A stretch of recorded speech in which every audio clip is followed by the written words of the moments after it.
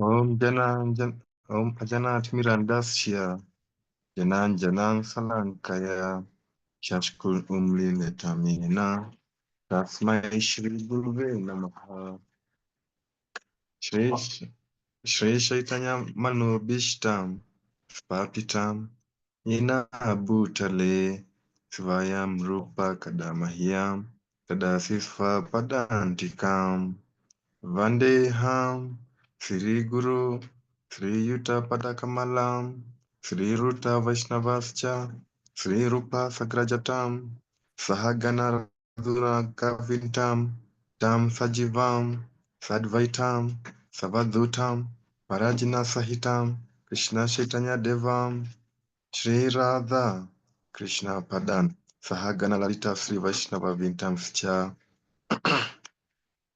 He Krishna Karuno Sindhu Dinabandhu Jagat Pate Gopika Kanta Radha Kanta Namostute Tapta Kanchanga Gaurangi Radhe Vrindavanasveri Vrishabhanu Sute Devi Pranamami Hari Priye Vancha Kalpatarubhyascha Kripa Sindhu Bia Evacha Patitalam Pavanebhyo Vaishnavebhyo Namaha Namo Vishnu Padaya Krishna Prestaya Bhutale Srimate Bhaktivedanta Swamin Iti Namine Namaste Sarasvate Deve Gauravani Pracharine Nirvishesha Sunyavadi Paskataya Deshatarine Jaya Shri Krishna Chaitanya Prabhu Nityananda Sri Advaita Gadadhara Srivasadi Gaura Bhakta Vrinda Jaya Shri Krishna Chaitanya Prabhu Nityananda Sri Advaita Gadadhara Srivasadi Gaura Bhakta Vrinda Jaya Shri Krishna Chaitanya Prabhu Nityananda Sri Advaita Gadadhara Srivasadi Gaura Bhakta Vrinda Hare Krishna, Krishna Krishna, Hare Hare, Hare Rama, Rama Rama, Hare Hare, Hare Krishna, Krishna Krishna, Hare Hare, Hare Rama, Rama Rama, Hare Hare. Welcome to today's discourse. We are continuing with Srimad Bhagavatam. Canto 2, chapter 9, verse 34. And we are today we are doing from paragraph 4 of the purport. So welcome, Your Grace Panchali Kar Mataji, and thank you for creating time for us today. So over to you. Thank you. Thank you very much for giving me the opportunity to do service to Srimad Bhagavatam. Thank you for the Mangalacharan. We are doing, as you said, we are reading Srimad Bhagavatam, Canto 2, Chapter 9, verse 34, which is the second shloka of the Chatushloki. We have been reading verse 34 for a few days, and we are, I think, towards the end, Prabhuji, of the second verse. So yes, we will be covering. Yeah, we'll cover. I remember we started talking a bit about. We started talking about verse 34 last Friday. And so we'll continue a bit on that. So before I start, I'm just going to pay my obeisances to my Guru, without whose mercy I would not have been able to serve or do any service to Radharani and Krishna. I pay my obeisances to Radha and Krishna, my Gurus, to all the Gurus with whose help I'm able to serve today.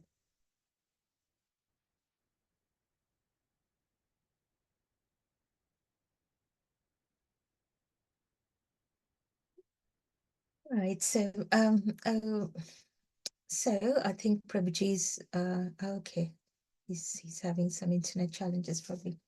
Okay, we are doing chapter verse 2 of the Chatushloki. In verse 1, as we saw, we understood that the Lord said to Lord Brahma that he started giving the knowledge to Lord Brahma after Lord Brahma wanted to know about the Lord's spiritual and material identity and all about the Lord. So in answer to Lord Brahma's queries, the Supreme Personality of Godhead started talking about the Chatushloki. In verse 1, he told Lord Brahma how he is the absolute truth, and he was present in the past, he is eternal, how he existed before everything, how he exists in the current times at present, and how even after destruction of everything, of this material world, of everything, how he will still be present. So he mentioned that to the Lord Brahma. The second verse of the Chatushloki so then talks about the illusory nature of the Lord, or Maya. And Krishna says to Lord Brahma, and let me just quickly read the verse. Krishna says, Riteartham yat pratyeta na pratyeta chatmani tad vidyat atmano mayam yatha paso yatha tamaha. O Brahma, whatever appears to be of any value, if it is without relation to me, it has no reality. Know it as my illusory energy, that reflection which appears to be in darkness. So that is what the Lord tells Lord Brahma. He says that whatever is of value or appears to be of value in this material world, and if it is unrelated to me, that is useless. And it may appear to be very useful to jivas, to people in this material world. However, in effect, in reality, they are actually useless, and they are of no use at all. They are temporary. And why? Why do the jivas think that they are useful? Because they are under the influence of my energy, Maya, Mahamaya. So in Bhagavad Gita, chapter 4, verse 28, Krishna talks about some yagnas or sacrifices that are done by people in this material world. One of them is called Dravyamaya Yagna. This is where people do a lot of charities, whether it's in terms of money, in terms of food, in terms of help of any kind. People do charity of service. People like doing charity. This is Tapomaya, this is Dravyamaya Yagna. There are some others who do Tapomaya Yagna, another type of sacrifice. And what is Tapomaya Yagna? It is for higher elevation, where people want to enjoy more opulence and want to go to the heavens, to Swarga, to the heavenly planets, and enjoy more over there. There are others who do the Yoga Yagna, who want to engage themselves in different types of yogas, whether it's Hatha Yoga, Ashtanga Yoga. They want to get that mystical power. We see yogis being able to walk on nails. They are able to, sometimes stand, seem to be flying on air a bit. They acquire all kinds of mystical power through their yoga, which they do by controlling the air inside our body, which regulate all our organs, the five main types of air and the five secondary types of air. So the yogis are able to control those airs through their breathing in and out, and gain mystical power through that. There are even others who want to do Swathayaya Yagna, Swathayaya Yagna. And what is this yagna? This is reading Vedic scriptures to acquire knowledge. Now, all of these kinds of yagnas, and there are many, many types of yagnas. There are yagnas that brahmacharis do, which, Krishna mentions in Bhagavad Gita 4.27, or, the grihastas do. And there are, people in all varnas, all ashrams, they do various types of yagnas. Now, what is the purpose of these yagnas? So if people are doing charity or people are doing yoga, people are acquiring knowledge. If that is done only for the sake of doing those yagna, if someone does charity and then says, oh, I've actually given so much money to these people only because I wanted to help those people, that comes to nothing. The laws of karma are just so intricate. As soon as you take pride in doing a selfless act, in what apparently is a selfless act, immediately all the results, it just becomes useless. But the charity becomes charity if that charity is in connection to Krishna, if it is done to do something for Krishna consciousness, for devotees, for the service of Krishna. A yoga becomes a true connection. Yoga means to connect. A yoga becomes a true yoga and true sacrifice only if it is done to realize the Lord, to curb the senses to realize the Lord. Similarly, with knowledge, one can read the Vedas, or, one can read and read and read and acquire knowledge, the jnanis.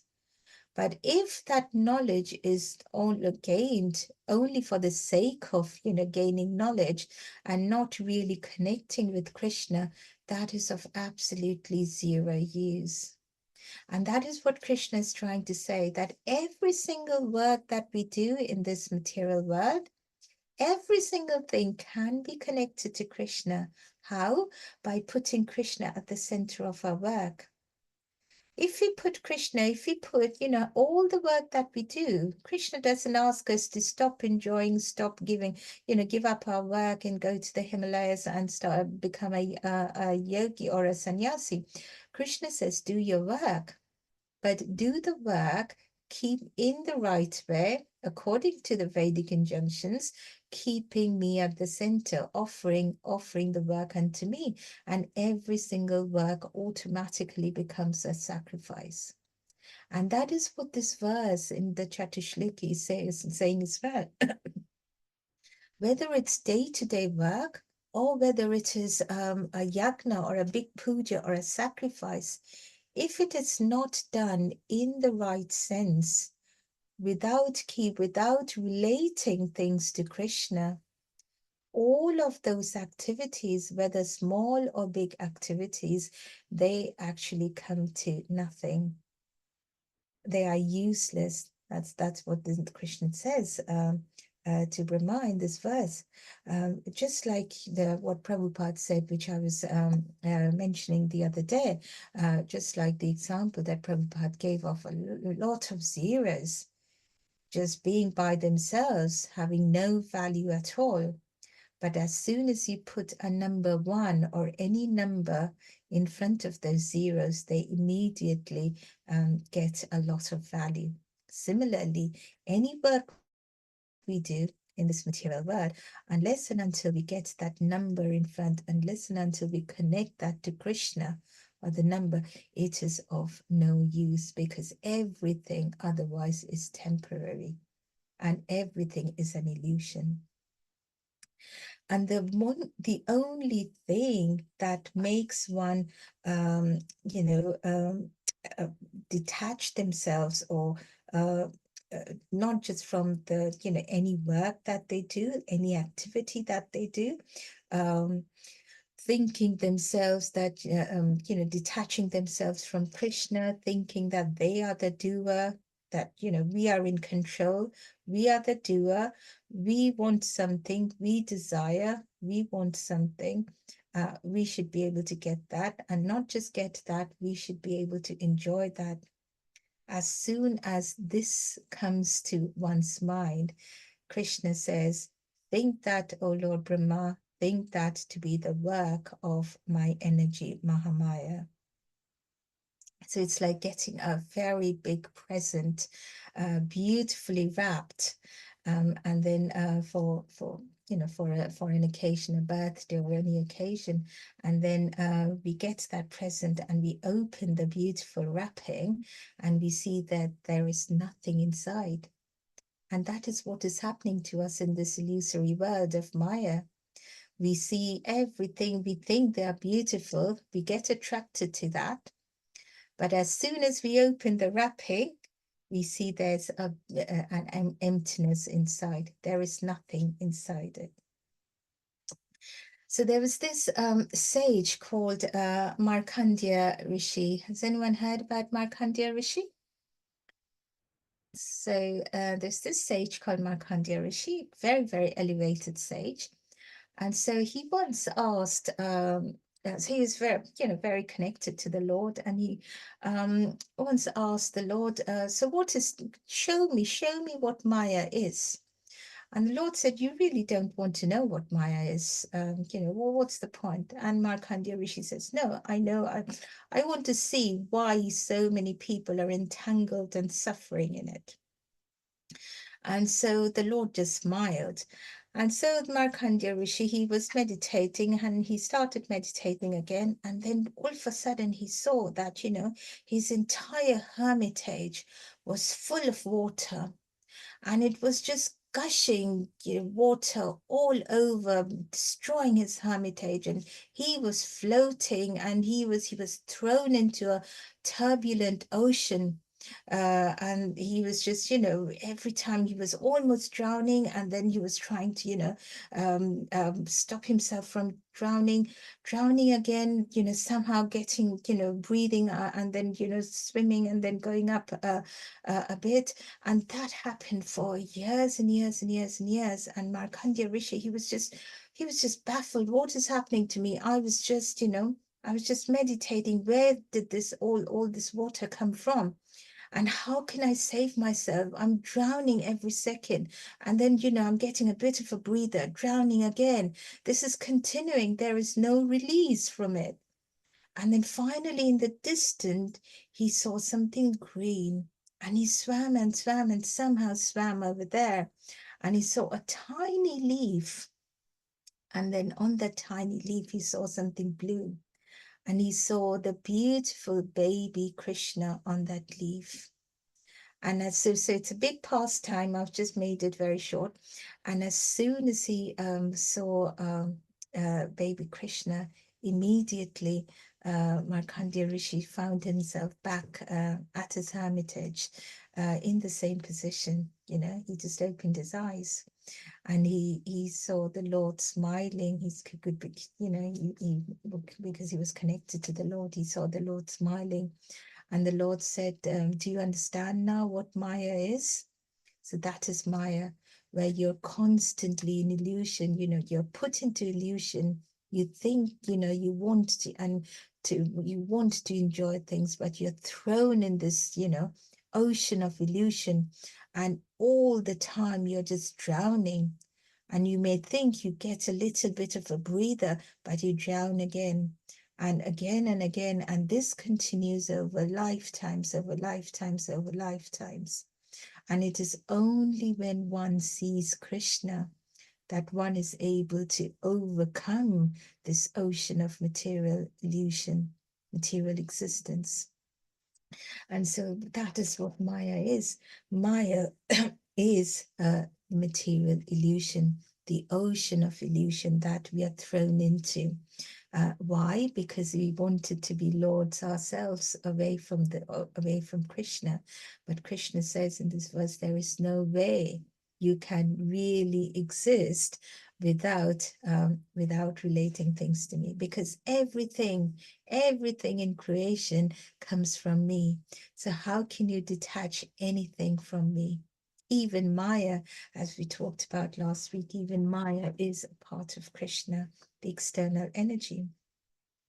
So in the previous verses, we see how the impersonalists, sometimes they think that they say Brahma Satya and Jagat Mithya. They say, this material world is a complete illusion. And they give the examples, as we see, of thinking of a rope to be a snake, or a snake to be a rope.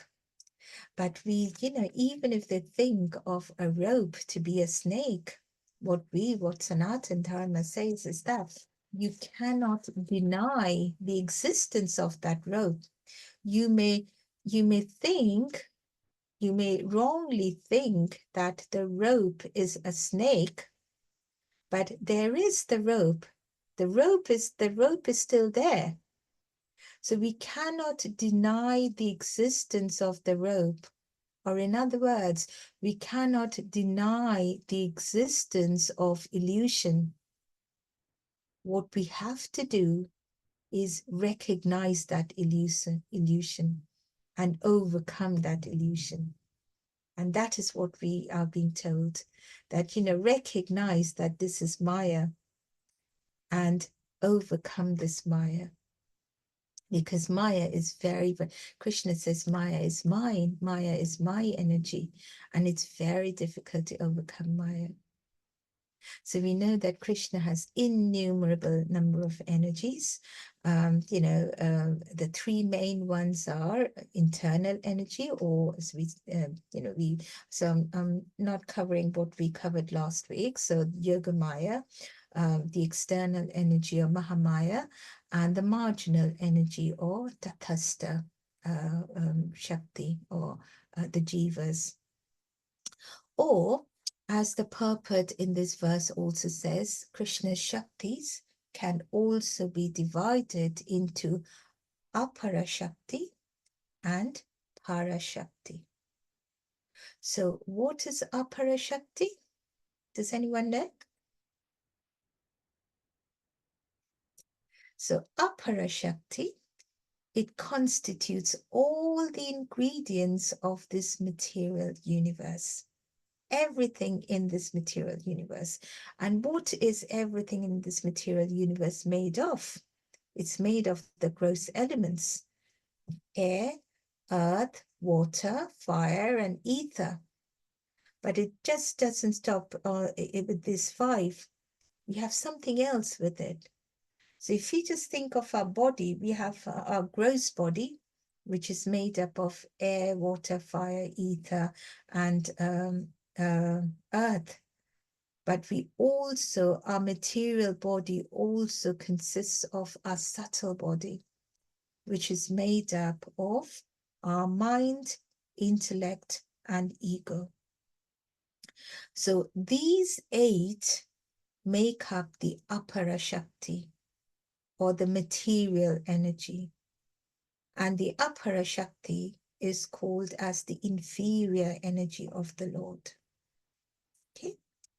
Now this is in comparison as opposed to the Para Shakti, as the verse also says. The Para Shakti is the spiritual Shakti of the Lord. Apara Shakti is the material energy. Para Shakti is the spiritual energy of the Lord, and that is the superior energy. And what is the spiritual energy? So again, if we come back to our body, so we have our gross body, we have a subtle body, and what are these two bodies hiding? What are they covering? They are covering our actual identity. And what is our actual identity? That is our soul. And what is the nature of the soul? It's spiritual. And that is the Para Shakti of the Lord, the superior Shakti, the spiritual Shakti. Krishna also talks about this, the Parashakti and the Aparashakti, in Bhagavad Gita, chapter 7, verses 4 and 5. So if you want to go back and have a read through that as well, you might want to do that, where Krishna very, very nicely talks about the 8 elements in Aparashakti and the soul in Parashakti. So we understand that all of these energies, this external and the internal, they are part of Krishna. So if Krishna is the sun and the internal energy is the sunlight, we understand you can never ever separate the sunlight from the sun. They're always and always together. So the internal energy, or yoga maya, which is, which manages the spiritual world, they are always together. But Maya, or Mahamaya, which manages the material world, that is like the cloud. And how does a cloud form? And we spoke about that briefly the other day as well. The cloud forms when the sunlight and the heat from the sun evaporates the water, and then the water rises and becomes cloud. So why is cloud forming? Because of the sun and the sunlight. So the cloud is again connected to the sun and the sunlight, because the cloud is the external energy and it is Maya, and it works under the direction of the Lord. It's just like a shadow. It cannot move by itself. A shadow moves only when the original moves.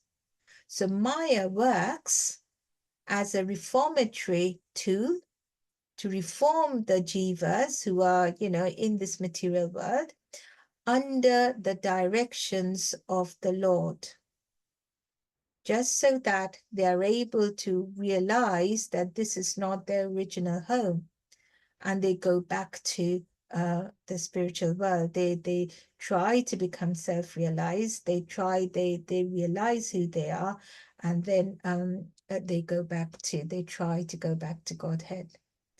And that is the work of Maya.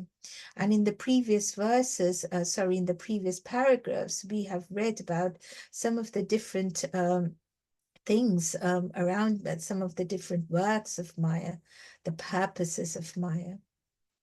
So again, if we go back to what Krishna is saying in the verse, that, Lord Brahma, nothing without me makes any sense. So on one hand, we understand that even Maya is attached to Krishna. Maya happens only because Krishna gives directions for it to happen. And on the other hand, we understand that Maya also entangles the jivas, putting them completely under illusion, who think that they are separate from Krishna. So so have you all heard about Sudama, the Krishna's friend, childhood friend Sudama? So Krishna had a very good childhood friends. Obviously, there's the beautiful pastime of Sudama, who goes to Krishna when he became Dwarikadish, and as a grown-up, as an adult. But when they were children, they all used to go to the Gurukul of Sandipani Muni. And at that time, the people, the disciples in the Gurukul, they had to go and they had to collect wood for fire for the Guru and his household. So one day, Sandipani Muni and his wife asked Krishna, Balaram, and Sudama to go to the forest and collect some wood, which they did. And then Sandipani Muni's wife, what she did was she said, it's a long journey and you might be hungry. So she cooked some chickpeas and she gave that to Sudama, because he was slightly, only a tiny bit older than the others. And so she gave that to Sudama. And so they went to the wood, and then the weather turned, and it became really rough weather, and it became, it was nightfall. So the three boys, they took shelter in a tree. So Sudama was on the top branch, and then, in the somewhat lower branches, it was Krishna and Balaram. And then Sudama felt very hungry. So he opened that chickpeas, that pack of chickpeas, and he started munching them. And Krishna and Balaram could hear some noise, munching of the chickpeas. And Krishna asked, "Oh, are you eating something without us?" And Sudama said, "Oh, no, no, it's just, you're probably hearing some noise because, it's the weather. It's probably some dry leaves." But then Sudama, ate one chickpea one at a time, and before he knew, he had finished the whole chickpeas. And then morning came, and Sudama felt really bad, and he told Krishna and Balaram that, I have eaten all of that. Now, obviously, he was very regretful of what he did, but the whole point was that what he did was he enjoyed himself. He enjoyed the eating without Krishna. And what happened? He grew up to be a very, very poor man. Obviously, he was a great, great devotee, and it's a pastime, so there's a lesson to learn from it. And we know as a grown up, when he went to see Krishna, and because he was such a selfless, such an elevated devotee, Krishna made him a very, very rich man. But because in his childhood, he enjoyed that tiny bit without Krishna, he still had to suffer for it a bit. So what Krishna is trying to say is that, not only does anything and everything you do in this material world, not only does it make no sense without me, but if you try to enjoy without me, there are consequences to it. Not as a vengeful God, not as, oh, why did you do this? Because there is no one so merciful as Krishna. Probably Radharani. Radharani is more merciful than Krishna. But Krishna is the ever merciful Father. So he doesn't want to punish us, but he wants us to realize the mistake. He wants us to realize that, our true happiness comes not just from, enjoying ourselves without Krishna. Just like Sudama, he ate those chickpeas without Krishna, but he was so regretful. He didn't like it. So similarly, one day or another, people might think they're enjoying themselves, they are in control and they should enjoy, and they may forget Krishna, uh, and they may think so, but very, very shortly they would realize that this enjoyment is temporary. So what Krishna is trying to say through this verse is that it is not just not enjoying without me, but it's also realizing that enjoying without me doesn't really make any sense, and it's also short-lived. It doesn't give eternal happiness. So that Sat, Chit, and Ananda, which are soul, which is our true identity, that Sat, Chit, that Ananda, one will not get if one detaches oneself from Krishna. And the more one detaches oneself from Krishna, that means the more one is under the control of Maya. And Maya will continue to disillusion and put such people under illusion. In Bhagavad Gita, 7.15, Krishna says, Maya yaparita jnana. Maya steals knowledge, steals the knowledge that we are part and parcel of Krishna. So we have to understand that, unless and until people realize this, they will always be under the control of Maya. And you will have heard the other day the class by Chaitanya Charan Prabhu, where he was giving the example of Ravan wanting to enjoy Sita, Mother Sita, without Ram. So that's the same thing, isn't it? He wanted to enjoy, whether it's material things we want to enjoy, whether it's spiritual things, because Mother Sita is Lakshmi Devi. But he wanted to enjoy Mother Sita without Ram. He wanted to exclude Ram. But that is not possible. And the consequences are always downfall of that person, whoever tries to do that. Okay, whether it is done through, lifetimes after lifetimes entangled in this cycle of birth and death,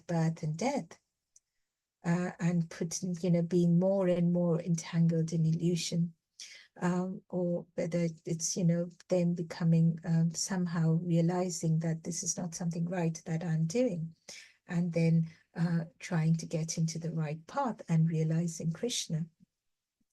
So that is Maya's work. So Maya is really Krishna's, Krishna's employee, like an employee, a very helpful employee who helps in reforming, who makes people realize, the jivas, the conditioned souls, realize the wrongs that they are doing by putting them through various challenges in this material existence. And how does Maya do that? And I think we covered this a bit last week. So Maya does that through number one, through the avaranatmika shakti. Avaranatmika shakti, which is the covering potency, the power to cover knowledge, making the jivas forget that they are part and parcel of the Lord, and Krishna is the supreme. Unless and until the jivas forget that Krishna is the supreme Lord, they will never be able to think of themselves to be the Lord. It's like, children being at home whilst the parents are temporarily out, and the children thinking that, oh, they are in charge of the house now, and they want to do anything and everything, eat all the chocolates, eat all the biscuits, because the parents are not at home. So unless and until the children think that, okay, the parents are definitely out, we are in charge of this home now. Similarly, the jivas, unless and until they completely forget that Krishna is the Lord, they will never be able to act like the Lord. And Maya assists in doing that, assists in covering this knowledge through the avaranatmika shakti. The other Shakti that Maya has is called the Praksipatmika Shakti. Praksipatmika Shakti. And this is the Shakti where Maya throws the jiva into the ocean of material knowledge existence by giving us lots and lots of choices to enjoy ourselves, lots of different types of food, lots of different things to hear, things to see, things to go and enjoy. And, through our karmendriyas, the working senses, through our gyanendriyas, the knowledge acquiring senses, through our mind and intellect, and also boosting our false ego. So we are given lots of things to enjoy, but whether we choose to eat prasadam or we choose to eat meat, whether we choose to, associate with the devotees or we choose to associate with people indulging in complete sense enjoyment against the Vedic injunctions, that is entirely up to us. That's entirely so that is how Maya tests us. And based on that, Maya puts us into repeated cycles of birth and death. And so how does Maya test us? How does Maya entangle us more and more?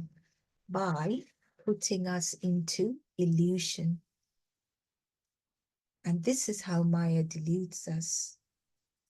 So Maya, Shastras say that Maya deludes us in 5 different ways.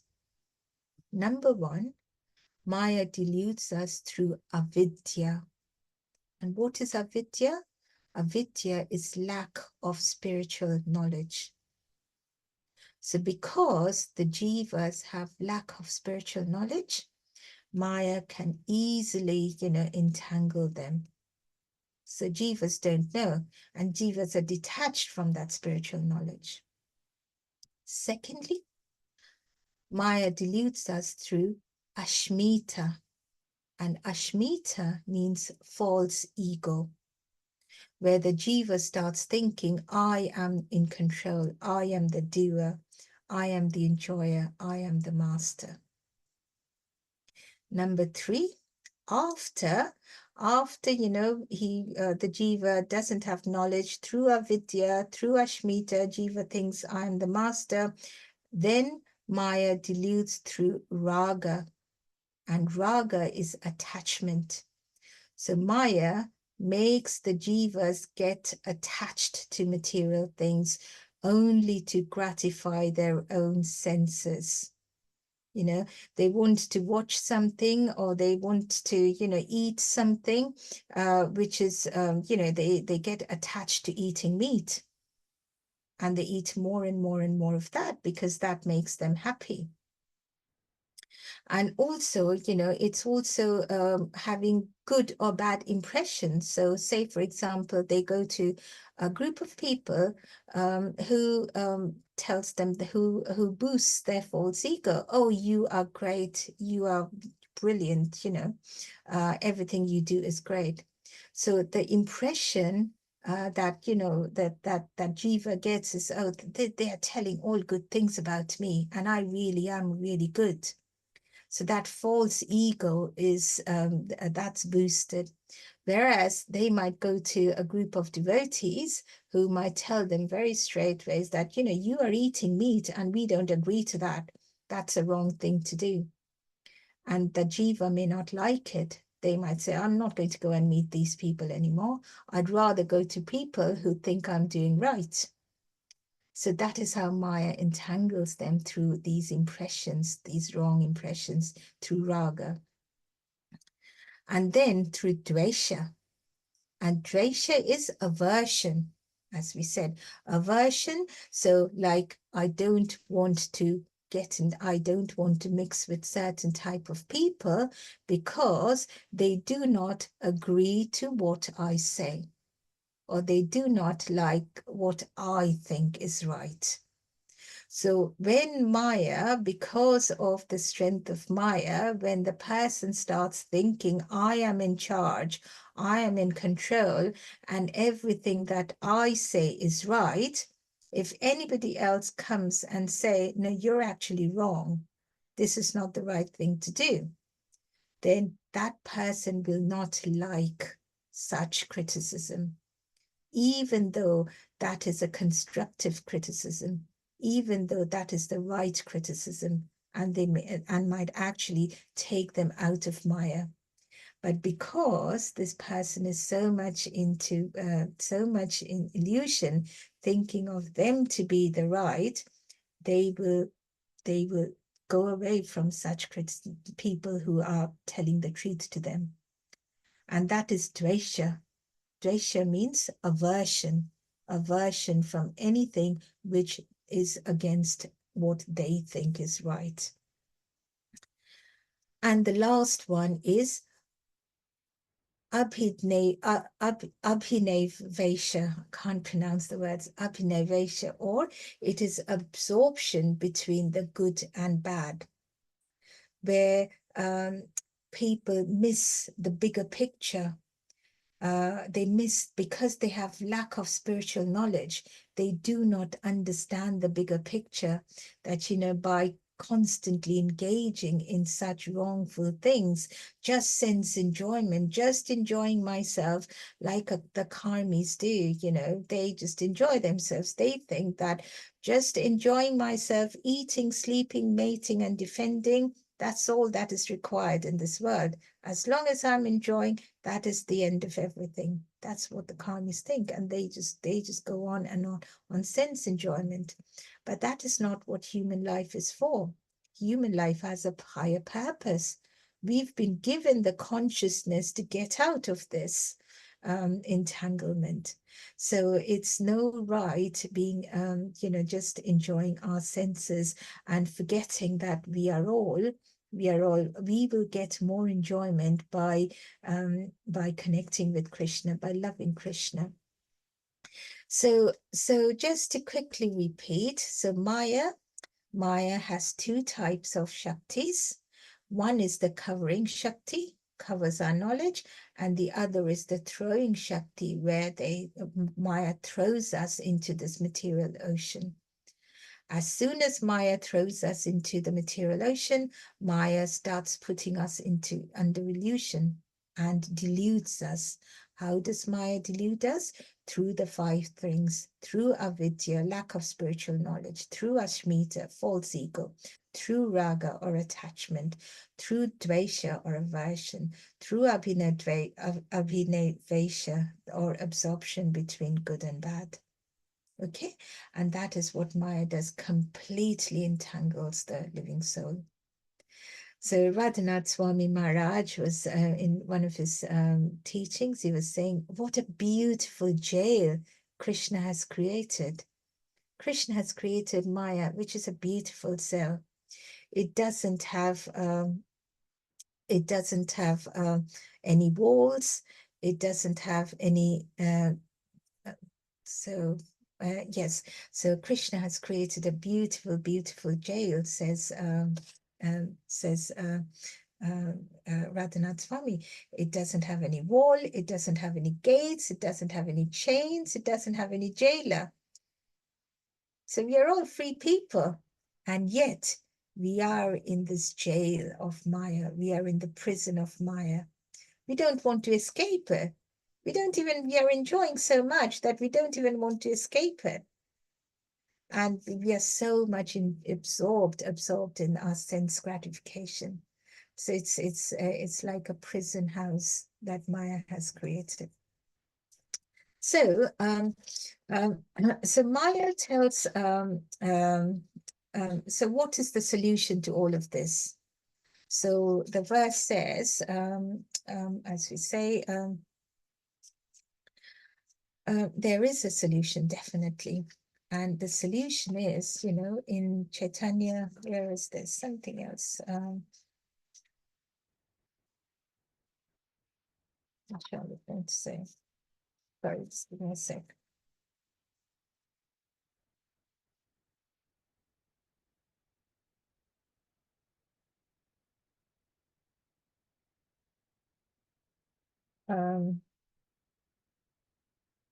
Yes, so I've covered, yeah. I'm just looking through the verse if I've missed anything before I go to the solution. Shakti, the energy. Yes, so there is a solution to all of this, yes. So in Chaitanya Charitamrita, it says in Madhya Lila 19.151, again, a very, very famous verse, it says, Brahmanda Pramite Kono Bhagyavan Jeev, Guru Krishna Prasade Pai, Bhakti Lata Beach. So all the living entities, we're all wandering in this entire universe, lifetimes after lifetimes. But some of them can be elevated to the higher platform. Some of them can even transcend the material universe. But how can they do that?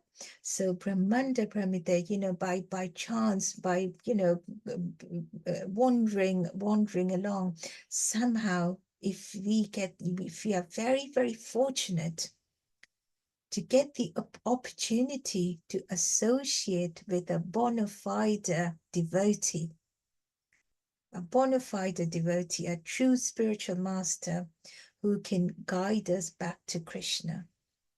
And by the mercy of such a bona fide devotee or spiritual master, and by the mercy of Krishna, one's dormant seed, that seed of devotional service, which is dormant in our soul, because the soul is covered with contamination of Maya. But because of that mercy of our spiritual master and Krishna, that dormant seed can be watered. And the Bhakti Lata Bij, the creeper of devotional service, can start growing. So by ourselves, Jiva, we are completely lost. We will be in Maya. We won't know what is right and what is wrong. Because as soon as a Jiva takes birth, it comes into this material world, immediately Jiva is covered with Maya. Whether it's, Lord Brahma, who was in complete darkness when he was born, and was in complete darkness unless and until he was given the light by Krishna. And the verse and the purport says that, this light can only and only be given by the Lord. It is not a light from electricity. It can't be, it's even the light from fire, the light from the sun. Even that light comes from Krishna. So, and just like light comes from Krishna, similarly, absence of that light is Maya. And so the absence of light is darkness, and darkness is Maya. So as soon as one takes birth in this material world, whether it's Lord Brahma or even the minuscule ant, everybody is in Maya. And unless and until we are given the awakening, the light of awakening by the Lord himself, or the representative, a true representative of the Lord, the jivas will be entangled birth after birth and lifetimes after lifetimes in this Maya. And so the solution, we have said, is that, somehow, hopefully, very fortunate people, they come across such gurus who are able to show them the right path and able to guide them to Krishna, or able to show them the truth. And that is what the only way out. Because even in the Padma Purana, it is said, as again in the purport, it says in the Padma Purana, it says that this material universe is made of, innumerable universes, and those innumerable universes have innumerable number of Brahmas. But to each of those Brahmas, knowledge was revealed by the Lord. So this light that we get is a revealed light, a revealed knowledge. It is not automatic light. It is not external light. It is light that comes from within. It's revealed in us. So it's not like light from a lamp or a man-made torchlight. Even the sun. So if the sun, it says in the purport that, even the sun, only we see the sun when it reveals itself through its sunlight. So similarly, the knowledge, the light in the heart of the jiva is revealed only through the causeless mercy of the Lord. Only we surrender. How can that happen? When we surrender completely to the Lord. As the Lord says, Arjun sarvadharman parityajan mamekam sharanam vraja. Just surrender unto me, Arjun. And that is all that needs to be done by the jiva. Otherwise, it's very, very difficult to overcome Maya. Maya has all the tricks, all the power to completely entangle us. And the only and only way out is to completely surrender unto the lotus feet of a bona fide guru and to the lotus feet of Radha and Krishna. And only then will knowledge be awakened in us. The light will be given to us. How? By revealing itself in our heart. Because it's not just bookish knowledge which we can read. It has to be understood, it has to be realized, and it has to be revealed before we realize it. And that is our only way out of Maya. So just to summarize, Krishna says that yes, Maya is, Lord Brahma, anything apart, which is not attached to me is Maya. And anything that is not attached to me does not really make any sense, because it is of no value, it is temporary, and it does not give ultimate happiness, and it entangles a jiva lifetimes after lifetimes in this prison house of Maya. Secondly, the point is that, Maya is not separate from Krishna. Maya is not a villain, but Maya is a great Vaishnavi. She's the wife of Lord Shiva, who is also a great Vaishnava. So Maya, rather than thinking of Maya to be our enemy, we understand what Maya is. We understand what the work of Maya is, the work that has been assigned to her by the Lord. And then we try to work along that and try to transcend the three modes of energy, which pulls us, which is controlled by Maya, which is, which actually pulls us in this material world.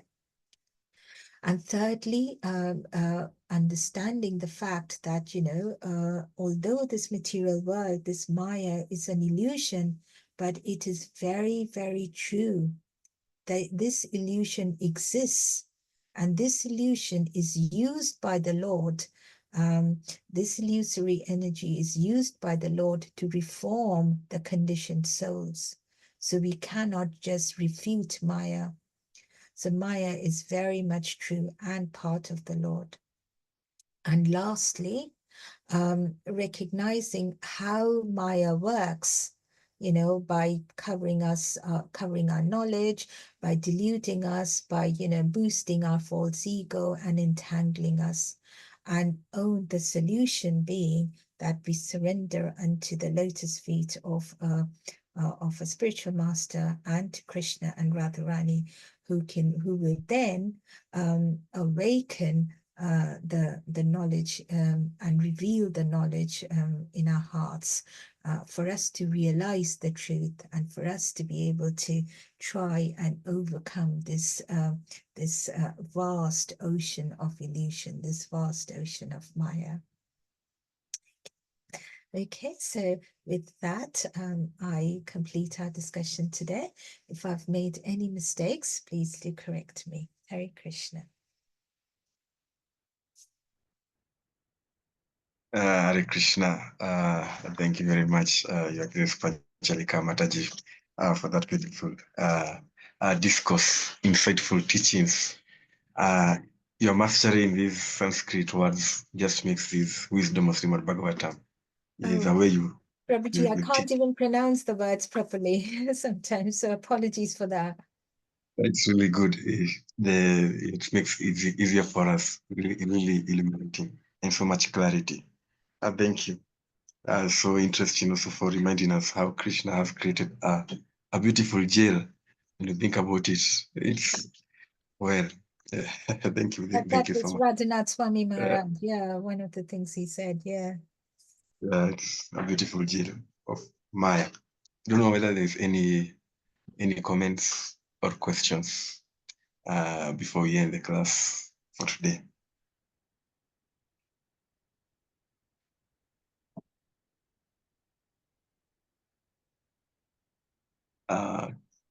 Yeah, yes.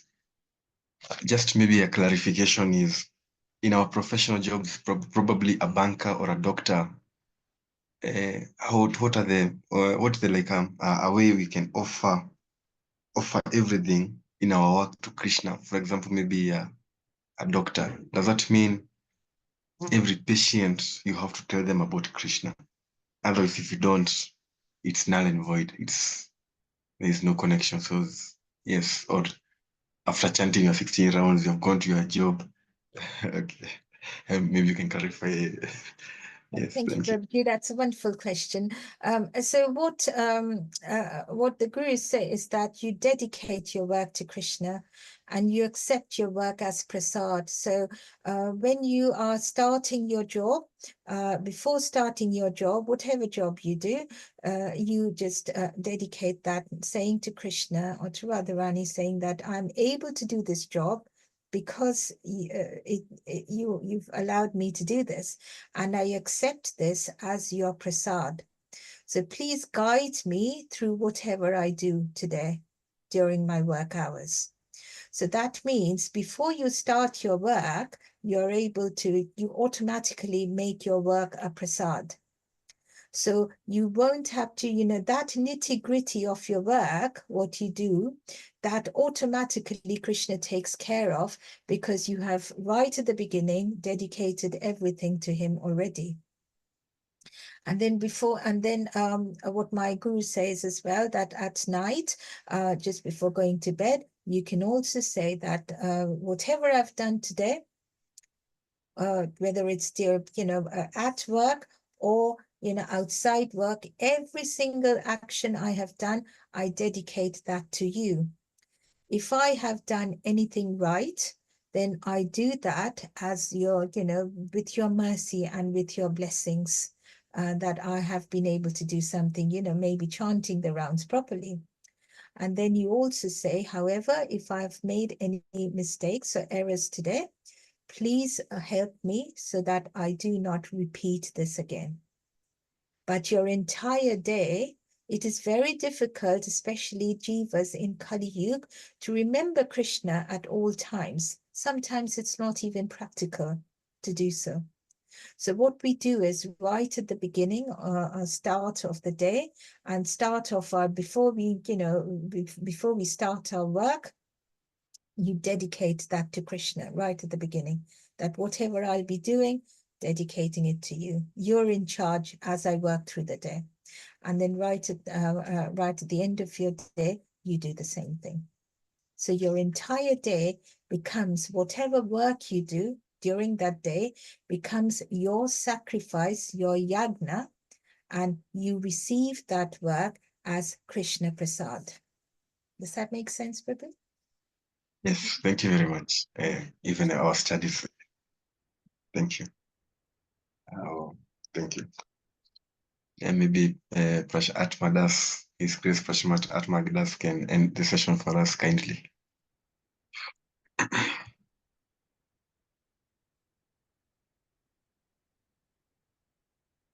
think he's not we can kindly unmute and do one Mahamantra in glorification of our today's mentor and the Hare Krishna. devotees. Hare Krishna. Hare Krishna. Never pronounced. Sorry, I was listening, but my phone was in my pocket.